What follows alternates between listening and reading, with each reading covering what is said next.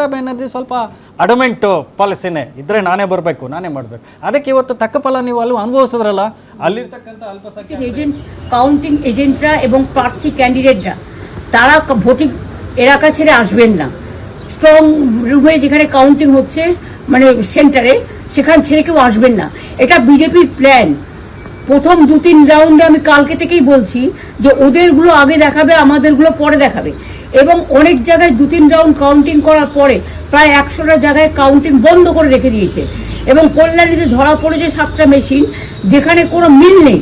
এটা total force, police central ফোর্সকে দিয়ে চারিদিকে তৃণমূল কংগ্রেসের উপর অত্যাচার করছে, অফিস ভাঙছে, জোর করে দখল করছে। এসআইআর নামে আপনারা দেখেছেন ভোট লুট করেছে যাতে যে সিটগুলো জিততে পারে। কিন্তু এখনো এমন 70টা সিট আছে, 100টা সিট আছে যেগুলো আমরা এগিয়ে আছি, সেগুলো বলছে না। টোটালটাই মিথ্যে নিউজ খাওয়াচ্ছে। আগে ডিআইসিও এই খবরগুলো দিত, কিন্তু তাকে কালকে চেঞ্জ করে দেওয়া হয়েছে। টোটালটাই ইলেকশন কমিশন নিজের ইচ্ছে মতো খেলছে এবং সাথে কেন্দ্রীয় বাহিনীকে নিয়ে। এবং আমাদের পুলিশরা টোটাল মাথা নত করে কেন্দ্রীয় বাহিনীর আন্ডারে কাজ করছে। সুতরাং আমি সব আমাদের ಸೇಮ್ ಅದೇ ಹೇಳಿದ್ದಾರೆ, ನಾವೇ ಗೆಲ್ತೀವಿ ಕೊನೆವರೆಗೂ ಅಂತ.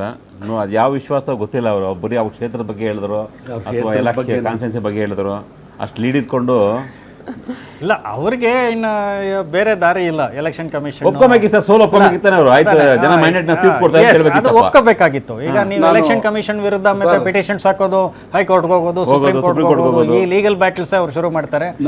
That is different. ಅಂದ್ರೆ ನಾನು ಯಾಕೆ ಇವತ್ತು ದೇಶದಲ್ಲಿ ಈ ರೀತಿಯಾದಂತಹ ಒಂದು ಇದಾಗ್ತಾ ಇದೆ ಅಂತ ಹೇಳಿದ್ರೆ, ಪೊಲಿಟಿಕಲ್ ರಿಯಾಲಿಟಿಗಳಿಗೆ ಈಗಲೂ ಕೂಡ ಮಮತಾ ಬ್ಯಾನರ್ಜಿ ಸ್ಟಿಕ್ ಆನ್ ಆಗ್ತಾ ಇಲ್ಲ. ಪೊಲಿಟಿಕಲ್ ರಿಯಾಲಿಟಿಗೆ ನೀವು ಸ್ಟಿಕ್ ಆನ್ ಆಗದೇ ಇದ್ರೆ ಏನಾಗುತ್ತೆ ಅಂದ್ರೆ, ಹೇಳಿಲ್ಲ ಅದೇ ರೀತಿ ಲೀಗಲ್ ಬ್ಯಾಟಲ್ ನಮ್ಮ ಜೀವರಾಜ್ ಅವ್ರನ್ನ ಶೃಂಗೇರಿ ಕ್ಷೇತ್ರದಲ್ಲಿ ಗೆದ್ದಿದ್ದೀವಿ. ತಗೊಂಡು ಆಗ್ಲೇನೆ ಒಂದು ವಿಚಾರ ಹೇಳ್ತೀನಿ ಸರ್. ನನಗೆ ಗೊತ್ತಿರುವ ಹಾಗೆ PV ನರಸಿಂಹರಾವ್ ಸಾಹೇಬರು ಬಹುಮತನೇ ಇಲ್ಲದೆ ಈ ದೇಶದ 5 ವರ್ಷದ ಆಡಳಿತ ನಡೆಸಿಬಿಟ್ರು. ಅದೇ ವಾಜಪೇಯಿ ಅವರು ಅವ್ರಿಗಿಂತನೂ ಮುತ್ಸದ್ದಿಯಾಗಿದ್ದರೋ ಏನೋ ನನಗೆ ಗೊತ್ತಿಲ್ಲ. ಇರೋ ಪರಮಾಣು ವಿಚಾರ, ನ್ಯೂಕ್ಲಿಯರ್ ವಿಚಾರದಲ್ಲಿ ಬರೀ ಒಂದೇ ಒಂದು ಹೋಟೆಲ್ ಅವ್ರ ಸರ್ಕಾರ ಹೊರಟೋಗುತ್ತೆ. ಇದೆಲ್ಲ BJP ಅವ್ರಿಗೆ ಜ್ಞಾಪಕ ಮಾಡ್ಕೋಬೇಕು. ಪಾಲಿಟಿಕ್ಸ್ ನೀವು ಹೆಂಗ್ ನಡೀತಿದೆ ಅಂತ ನಮ್ಮ ತಳದಲ್ಲೇ ನಡೀತಾ ಇರ್ತದೆ, ನಮಗೆ ಗೊತ್ತಾಗಲ್ಲ. That is politics. ಅದೇ ಕಾರಣ ಮೋದಿ ಅಮಿತ್ ಶಾ ಅವರು ನಿಮ್ಮ ವಾಜಪೇಯಿ ಅವ್ರಿಗೆ ಮಸಾಲೆ ಹಾಕಿರೋ ಇವರಿಬ್ಬರಿಗೆ ಅದೇನು ದೊಡ್ಡ ವಿಚಾರ ಅಲ್ವಲ್ಲ ಈ ದೇಶದ ಜನ. ಹೌದೌದು, ಸ್ವಲ್ಪ ಇದೆ. ಈಗೆಲ್ಲ ನಿಮ್ಮ RSS ನವರು ಎಲ್ಲರೂ, ಈಗ ನಿಮ್ಮ ಇವರು ಸುಬ್ರಹ್ಮಣ್ಯ ಸ್ವಾಮಿ ಎಲ್ಲ ಮಸಾಲೆ ಹರಿತಾವ್ರೆ. ನೋಡೋರು ಒಂದು ಸುಮಾರು ಅವಮಾನ ಮಾಡಿ ಕಳಿಸ್ತಾರೆ ದೇಶದಿಂದ ಆಚೆಗೆ. ಅವ್ರಿಗೆ ದೇಶ ನೋಡಿ ಸರ್, ಇವತ್ತಿಗೂ ಕಾಂಗ್ರೆಸ್ನವ್ರು ಯಾರು ಕೂಡ ಮೋದಿ ಅವ್ರನ್ನ ಹೊರದೇಶಕ್ಕೆ ಹೋಗ್ಬೇಕಂತ ಹೇಳಿರೋರು BJP RSS ನವರು. ಈ ದೇಶದಿಂದಾನೇ ಗಡಿಪಾರ್ ಮಾಡ್ಬೇಕಂತ ಹೇಳಿದವ್ರು ಕಾಂಗ್ರೆಸ್ನವರಲ್ಲ. ನೀವು ಕೂತ್ಕೊಂಡು ಅವ್ರನ್ನ ಡಿಪೆಂಡ್ ಮಾಡ್ಕೊತಾ ಕೂತಿದ್ದೀರಾ. ಹೌದು, ನೀವು ಕೋಳಿ ಬಗ್ಗೆ ಇರ್ಬೋದು, ನಮಗೆ ದೇಶದ ಬಗ್ಗೆ ಕೋಳಿನ ಮಸಾಲೆ ಎಲ್ಲ ಇರಿ, ನಿಮಗೆ ಬುದ್ಧಿ ಕಲಿಸ್ತಾರೆ ಜನ, ದೇಶದ ಜನ. ಸರ್, ತಮಿಳುನಾಡು ಸ್ವಲ್ಪ ಇಂಟ್ರೆಸ್ಟಿಂಗ್ ಆಗಿದೆ. ಯಾಕಂದ್ರೆ ನಾವು ನಂಬರ್ಸ್ ನೋಡ್ತಿದೀವಲ್ವಾ, ಎಲೆಕ್ಷನ್ ಕಮಿಷನ್ ಅಧಿಕೃತವಾಗಿ DMK 48 ಬಂದಿರೋದು. DMK ಪ್ಲಸ್ ಇದೆಯಲ್ಲ, ಅಲ್ಲಿ ಕಾಂಗ್ರೆಸ್ 5 ಸೀಟ್ ಇದೆ. ಜೊತೆಗೆ PMKನೂ ಕೂಡ 5 ಸೀಟ್ ಇದೆ. PMK 5 ಸೀಟ್ ಇದೆ, ಕಾಂಗ್ರೆಸ್ 5 ಇದೆ, CPIM 2 ಇದೆ, DMDK 2 ಬಂದಿದೆ, VCK 2 ಇದೆ, ಆಮೇಲೆ CPI 2 ಇದೆ, ಮುಸ್ಲಿಂ ಲೀಗ್ 1 ಇದೆ. ಸೊ ಇದೆಲ್ಲ ಸೇರ್ಕೊಂಡ್ರೆ ಆ ವಿಜಯ್ ಅಬ್ಸಲ್ಯೂಟ್ಲಿ ಗವರ್ಮೆಂಟ್ ಫಾರ್ಮ್ ಮಾಡಬಹುದು.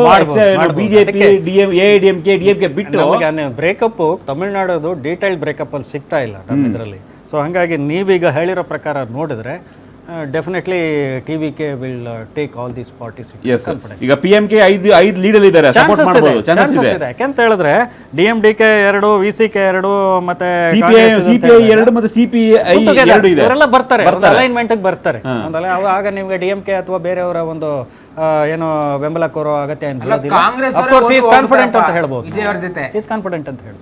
ಹೌದು, ಈ ಕಾಂಗ್ರೆಸ್ನವರೇ ಹೇಳಿದ್ರು ಅವ್ರ ಜೊತೆಲಿ ಹೋಗ್ಬೇಕು ಅಂತೇಳಿ. ರಾಹುಲ್ ಗಾಂಧಿ ಅವರು ಇಂಟ್ರೆಸ್ಟ್ ಆಗಿದ್ರು, ಹೋದ್ರೆ ಹೊಟ್ಟೋಯ್ತಾರೆ ಅಂತ ಯಾಕೆ ಹೇಳ್ತೀರಾ?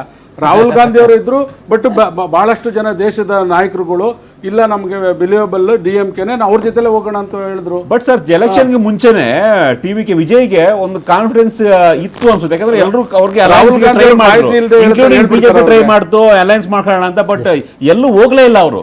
ಹೌದಲ್ಲ, ಈಗ ಪೊಲಿಟಿಕಲ್ ರೀಡಿಂಗ್ ಅಂದ್ರೆ ಹಂಗೆ ಇರಬೇಕಲ್ಲ.